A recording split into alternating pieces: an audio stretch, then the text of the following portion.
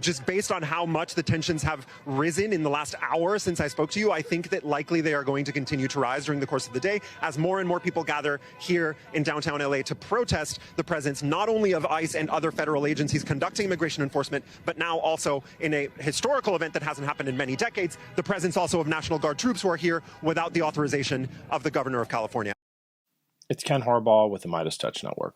I never thought I would see the day when the U.S. military would be deployed against fellow citizens in this way. But that is what we have come to, because the Trump regime has decided to provoke, to instigate, instead of de-escalate. This is part of their plan, because they don't want peace, they want an excuse. Donald Trump craves the kind of power that martial law or the Insurrection Act would give him. His deployment of the California National Guard against the wishes of the governor is pure theater, designed to add fuel to the fire so that further state-sanctioned violence can be justified. I spoke with Mikie Sherrill, who I think will be the next governor of New Jersey, on the critical role that blue state governors will play in holding the line.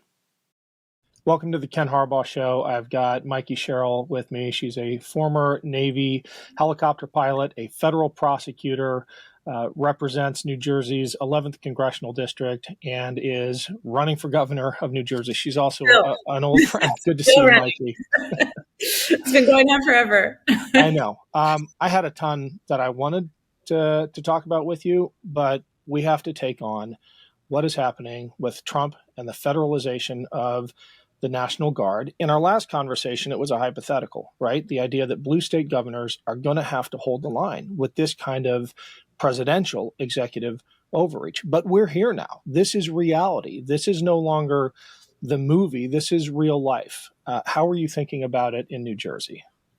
Well, as you know, Ken, this is not the first time we've seen Trump attempt to do this. He tried to do it in his first administration and was largely dissuaded by the generals.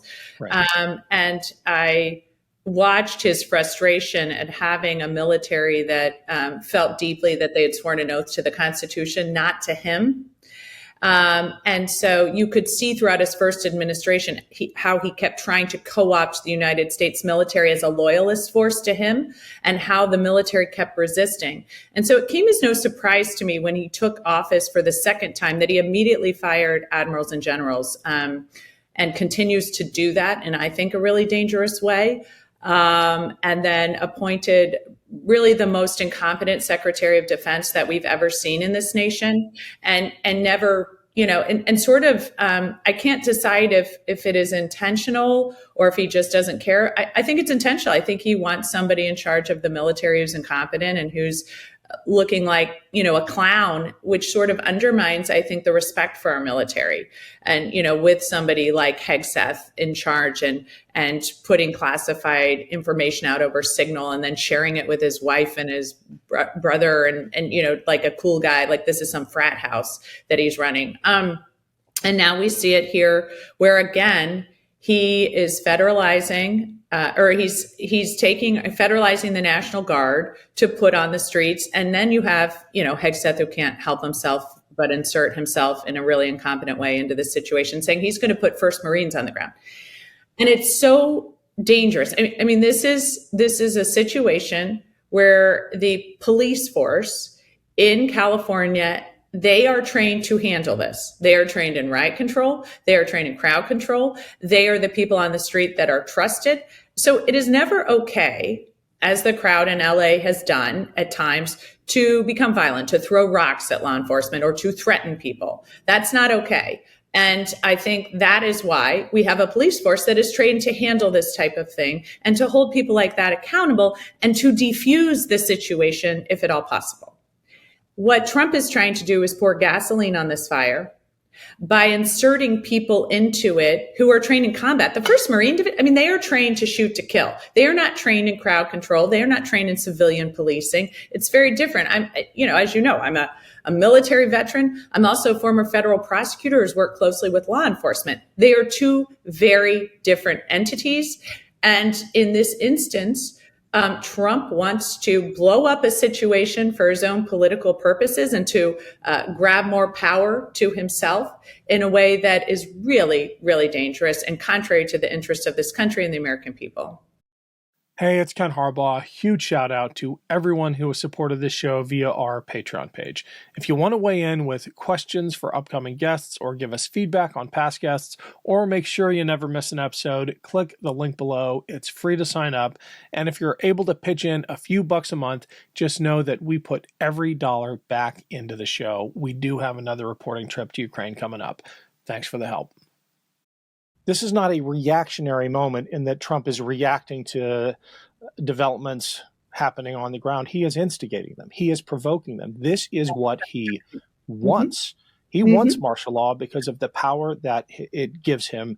And this is part of the long-term plan. And to your observation about incompetence, we just had Ruth Ben-Ghiat on, our foremost historian when it comes to the rise of autocracy and the death of democracy. And she talks about engineered or institutionalized incompetence because it means that those who hold the levers of power depend on their power, their future immunity.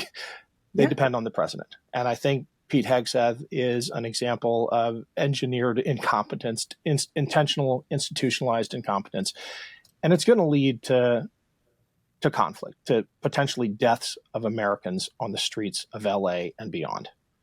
And you see it, that engineered incompetence here in this, governor's race, because you and I have talked about how important the Democratic governors are to stand in the breach. And I think the Trump administration and Trump, I think they know this. So now they have a candidate for the Republican Party in Jack Ciattarelli, who they are forcing into total compliance, being totally complicit, really, in this. He said that he's never going to use his attorney general to stand against any executive order that Trump makes. Now, Ken, you and I have served this nation. We've taken oaths to the Constitution. We've never taken an oath to an individual to say whatever that individual does is what we'll do, because we've always served the people. And so it's very different to see now somebody who wants to be governor of New Jersey, who is just going to be totally bend the knee to the president in a very different way from what democracy demands.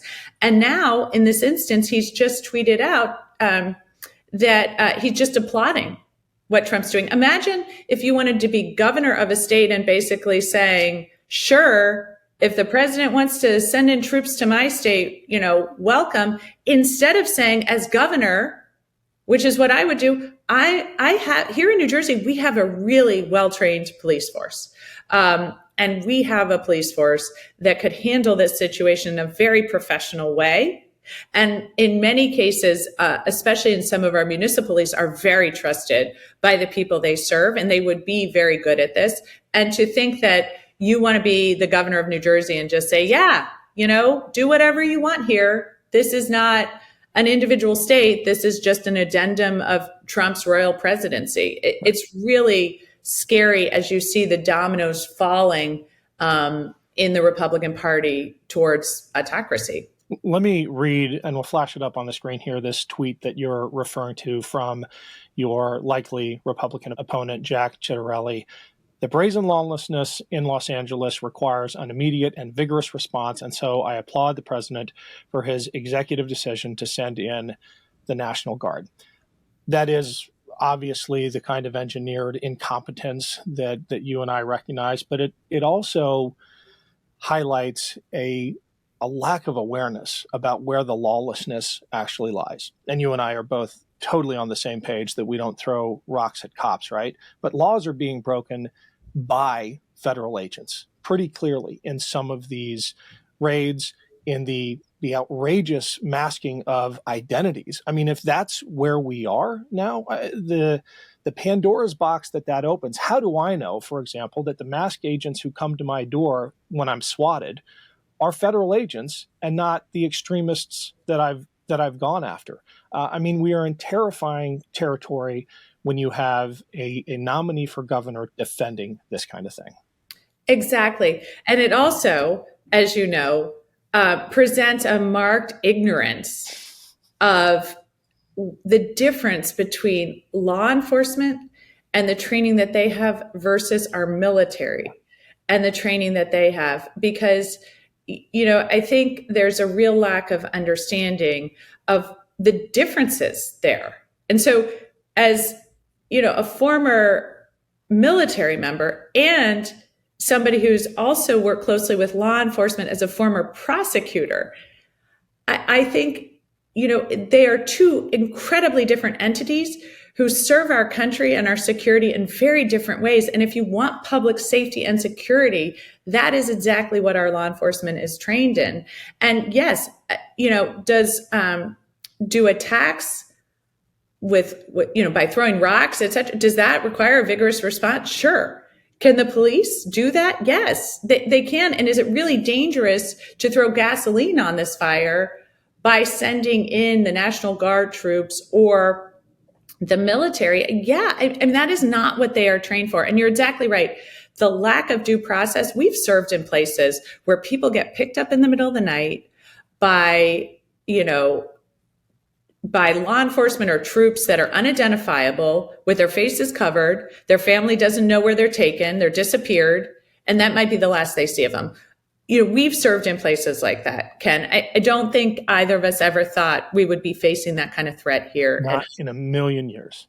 I couldn't have ever imagined this right now. Yeah.